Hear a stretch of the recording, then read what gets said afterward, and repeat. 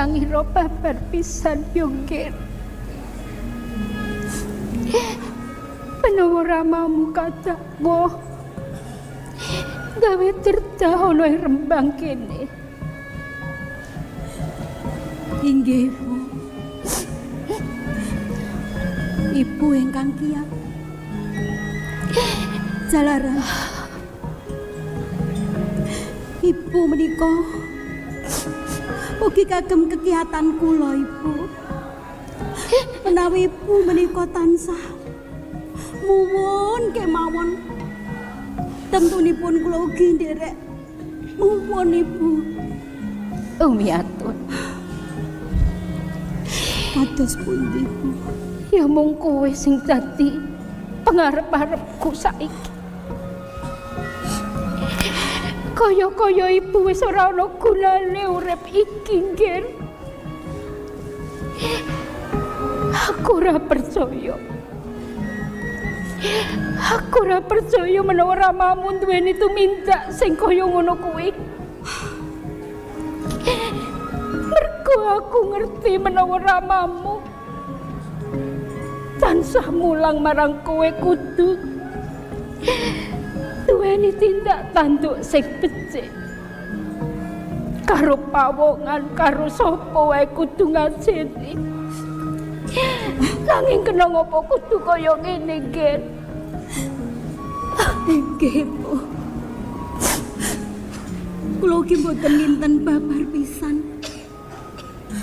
Laning batos kula ugi pitados menawi Kanjeng Rama menika boten nindakaken tumindak ingkang kados mekaten, Ibu. Mergo ning kepatihan kene iki sing tansah ngayomi ibu mung ramamu, Nggih. Ibu ora kuat nandang sing kaya ngene iki. Kaya ngopoloke wong sing ora seneng karo awake dhewe. Nanging Ibu,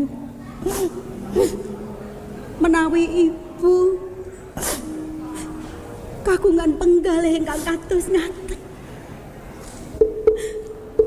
kula lajeng samangke kados pundi, Bu? Panjenengan kula salajengipun.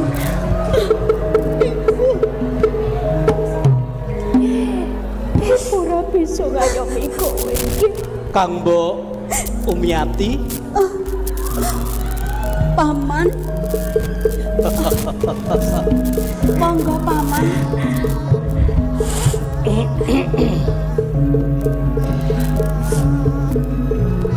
Mboten perlu nuwake waspa. Monggo lenggah-lenggah rumiyin. Monggo lenggah. Umiatun ana kene. Monggo lenggahipun, Paman. Iya.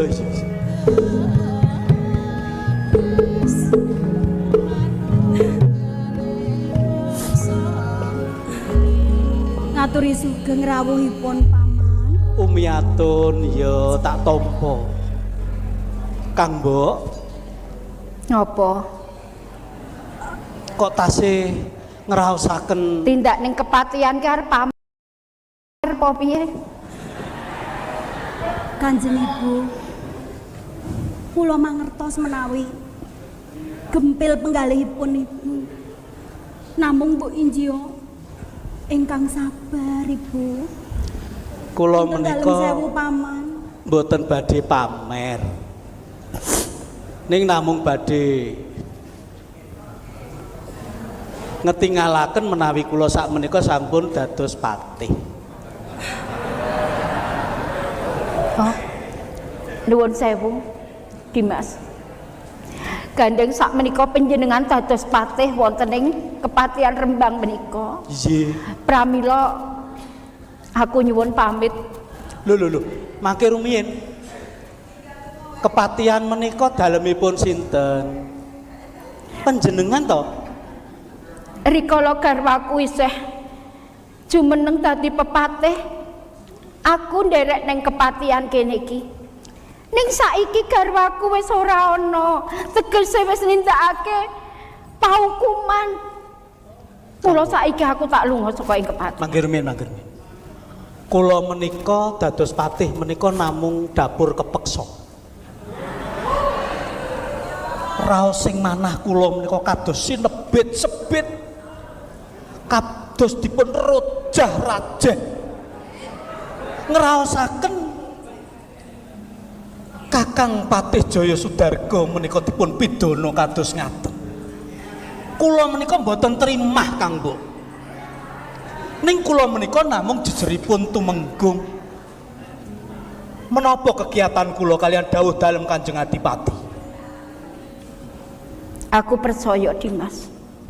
Kados dene kula menika nangis nganti mili getih paribasane. Mboten saged nyuwak kawontenan menika. Ya, Ibu. Mula saka kuwi Dimas. Panjenengan saiki sing jumeneng ana ing kene. Aku titip kepatihan iki. Mbok menawa besok garwaku kondur, mung kepengin mangerteni kaya ngapa kahanane kepatihan iki. Mula saiki lilakno aku lan putraku Miyatun njaluk pamit saka ing kepatihan kene. Lho mangke rumiyin. Mergo wis ora ana gunane aku, Dimas. Menawi panjenengan ngendika ngaten, ateges menika kosok wangsul kalian menapa ingkang sampun dipun ngendikaken Kakang Patih Jaya Sudarga dumateng kula. Apa sing ngendikake garwaku? Punten dalem sewu paman. Dimas Nata Sutirta. Paman. Sak pungkurku mundi dawuh dalem Kanjeng Adipati diselong ana ing bone. Dalem kepatian sak isine tak pasrahake sliramu, ya mung sliramu kang banget tak tresnani. Ngaten. Kuwi kaya ngono Umiyatun. Kuwi mireng to? Pasrah kepatihan sak isine. Injih. Tegese sak isine Iya menapa kemawon ingkang wonten mriki. Menika kula ingkang badhe ngayom. aku ngerti kok Dimas. Mula saiki ngene. Sak isene kabeh ana ing kepatihan iki kagunganmu. Mula saiki aku karo putraku wis ora duweni wenang ana ing kepatihan kene iki. Mula sak paran-paran aku tak lunga. Mboten ngaten. Umiyatun. Punten dalem sewu paman. Piye? Kula badhe nderekaken Ibu. Ora perlu ndereke ana ngendi-endi saiki. Sliramu nang pungkuran sik. Oh. Aku karo ibumu bakal ana rembug tuwa. Ya. Nggih. Ngestakaken dawuh. Iya. Kurang prayoga yen engko sliramu ngerti ya. Dicawiske apa sing ana. Inggih ngestakaken dawuh Ibu. Iya. Pareng paman. Iya. Menika ngaten Kang.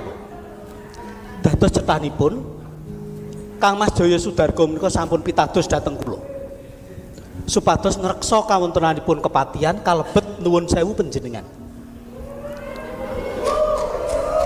Dimas, Iki kok kaya kepenak timen nggonmu ngendika? Oh nggih. Aku ki sapa, Dimas? panjenengan menika garwanipun Kang Mas Jaya Sudarga. Lan sak menika dipun pasrahaken dhateng kula. Jari guru. Perkara kepatihan dipasrahke marang panjenengan monggo. Jaler. Ning menawa aku ora bisa nglakoni Dimas. Menawi mboten saged nglampahi. Kula tak ndongeng sawetawis. Rikala semanten menika wonten kenya ingkang ayu. Sesilihipun Umiyati. Menika pacangan kalian Nata Sutirta. Umiyati kalian Nata Sutirta menika sampun nate sambet tresna. Wis tau ngukir katresnan. Cukup. Nganti tumekeng dina iki Nata Sutirta ora gepok senggol karo wanita. Kuwi merga abot tresnane marang Umiyati. Senajan to Umiyati wis dipundhut Kakang Jaya Sudarga. Aku ora duwe kekuatan apa. Sambung tresna. Kuwi nalika isih enom. Ning saiki aku wis tuwa. Aku wis peputra gedhe, dewasa. Senajan to sliramu saiki durung kagungan garwa. Ning aja tok luputke aku. Ingkang dipun wastani tuwa. Sing jeneng tuwa kuwi mung petungan umur. Ning sing jeneng ati. Ati kuwi yen wis kadung nandur tresna, digawa nganti mati tak kandhani. Arep dikaya ngapa? Jroning atine Nata Sutirta kuwi mung Umiati. Ora ana liya. Nganti tumengken dina iki. Aku wis nglakoni dadi andane Kakang Jaya Sudarga iya. Kaya ngene iki tegese kowe mbukak tatu lawas ning atiku. Aja kepenak. Aja gampangke perkara tresna. Kaya ngopo mbiyen nggonku ngeboti kowe, ngeboti sliramu, saiki panjenengan wis dadi patih. Mergo panjenengan ninggalke aku. Mergo kepencut wanita liya. Ning saiki aku srekoso, aku wis ora duweni bojo, garwaku wis nindakake paukuman. Arep aku ninggalake sliramu kepencut wanita liya. Nah yen dudu jodhone ora bakal bisa nyawiji. Tresnaku mung Umiati.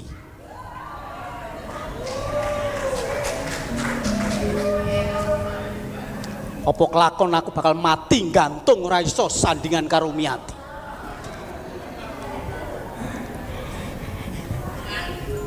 Panjenengan ngendika sing kaya ngono kuwi atiku deg-degan banter banget.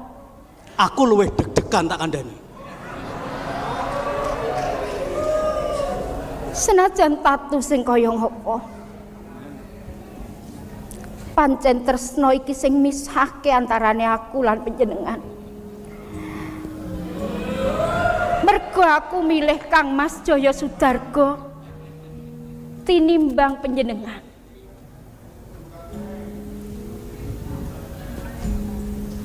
Tatu iki kabuka meneh.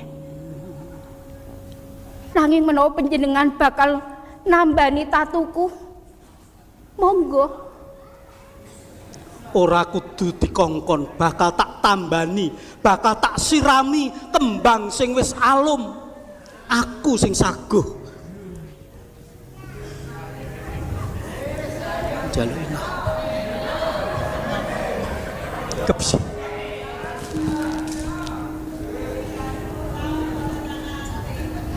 Nanging isih tenan tresnamu kuwi. Aku tresna tenan karo sliramu.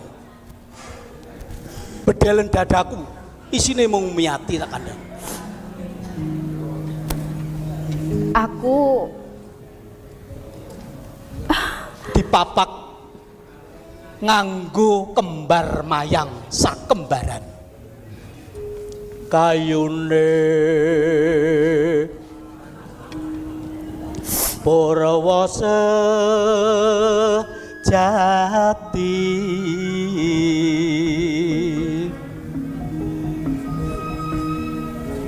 pangira jagat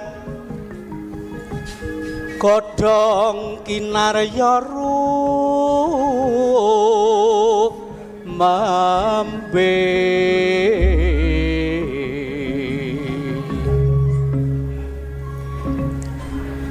apradapa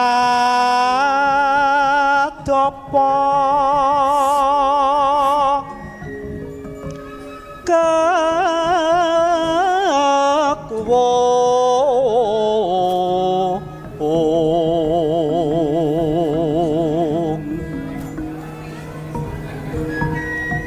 kembang lintang saloka langit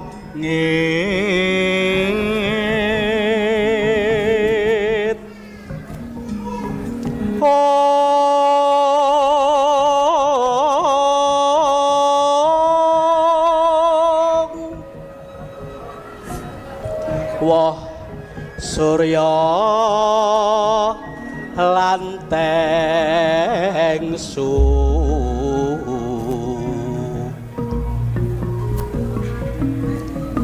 kasirep bon lan udan bocah ing akasa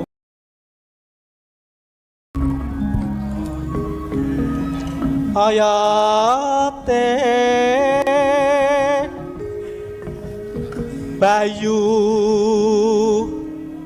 bajra